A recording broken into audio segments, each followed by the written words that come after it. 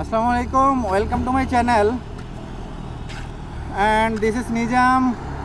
আমরা যখন বাইকটা রাইড করার সময় সামনের ব্রেক বেশি ধরবো নাকি পিছনের ব্রেক বেশি ধরবো, ব্রেক করার কিন্তু একটা সঠিক নিয়ম আছে, নাকি দুইটা ব্রেকই সমান ধরবো। আশা করি ভিডিওর মাধ্যমে আপনি ক্লিয়ার হবেন যে বাইকের কোন ব্রেকটা কীভাবে ধরতে হয়, কিংবা সামনের ব্রেক নাকি পিছনের বেশি ধরতে হয়, সেই বিষয়টা আপনারা ক্লিয়ার হবেন। চলেন রাইড করতে করতে বিষয়টা আপনাদের সাথে শেয়ার করি।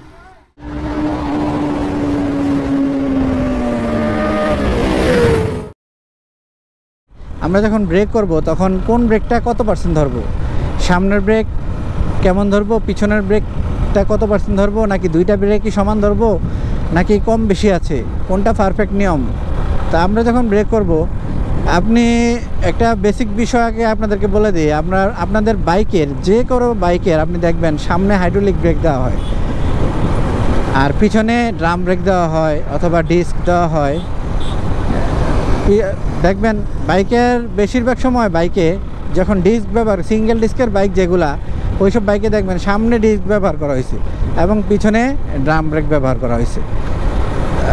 তো এটা কেন, কারণ কি, সামনে ডিস্ক দেওয়ার কারণ কি, পিছনের ব্রেককেই তো ডিস্কটা দিতে পারতো। কারণ সামনে ডিস্ক দেওয়ার কারণ হলো আপনি যখন বাইকটা কন্ট্রোল করবেন, সামনের ব্রেকের মাধ্যমে যদি আপনি বাইকটা কন্ট্রোল করেন, বাইকটা পারফেক্টলি আপনি সঠিক জায়গায় দাঁড় করাইতে পারবেন। কিন্তু সঠিক জায়গায় দাঁড় করাইতে হলে তো আপনি সঠিক নিয়মটা জানতে হবে। আপনি যদি সঠিক নিয়মটা না জানেন তাহলে তো আপনি সঠিক জায়গায় বাইকটা দাঁড় করাইতে পারবেন না। এবার আমি নিয়মটাতে আসি। বাইকের ব্রেক করার নিয়ম হয়েছে আপনি সামনের ব্রেকের 60 থেকে 70% ব্রেক ধরবেন এবং পিছনের ব্রেকের 30 থেকে 40% ব্রেক ধরে আপনি বাইকটা কন্ট্রোল করবেন। তখন আপনার ব্রেকটা ইফেক্টিভ ব্রেক হবে। আপনার ব্রেকটা আপনি আপনার জায়গা মতো, মন মতো জায়গা মতো আপনি বাইকটাকে দাঁড় করাইতে পারবেন। আপনি যদি সামনের ব্রেক না ধরে পিছনের ব্রেক বেশি ধরেন, সামনের ব্রেক কম ধরেন, আপনি কিন্তু বাইকটা দেখবেন, প্র্যাকটিস করে দেখবেন আপনারা, এটা আমার মুখের কথা না, আপনারা বাইকটা রাইড করে দেখবেন যে পিছনের ব্রেক বেশি ধরে সামনের ব্রেক কম ধরে বাইকটা আপনি কতটুক জায়গার মধ্যে থামাইতে পারেন। অথবা দুইটা ব্রেক একসাথে, সামনে পিছনের ব্রেক মানে সমান রেশিওতে চাইবে, আপনি দেখবেন যে আপনি বাইকটা কতটুক জায়গায় দাঁড় করাইতে পারেন। অথবা আমি যেটা বলে দিছি, সামনের ব্রেকের 60 থেকে 70% এবং পিছনের ব্রেকের 30 থেকে 40% ব্রেক করে দেখবেন ব্রেকটা কী পরিমাণে ইফেক্টিভ হয়, ব্রেকটা মানে আপনি গাড়িটা কত দ্রুত কন্ট্রোল করতে পারেন। আর ব্রেক করার সময় আরেকটা নিয়ম বলে দেয়, ব্রেক করার সময় আপনারা কখনোই ক্লাসের ব্যবহার করবেন না। উইদাউট ক্লাসে মানে উইদাউট ক্লাসে ব্রেক করা মানে ইঞ্জিন ব্রেকের মাধ্যমে ব্রেক করা। উইদাউট ক্লাসে ইঞ্জিন ব্রেকের মাধ্যমে আপনি যখন বাইকের ব্রেকটা করবেন তখন আপনি বাইকটা খুব দ্রুত আর কি কন্ট্রোল করতে পারবেন।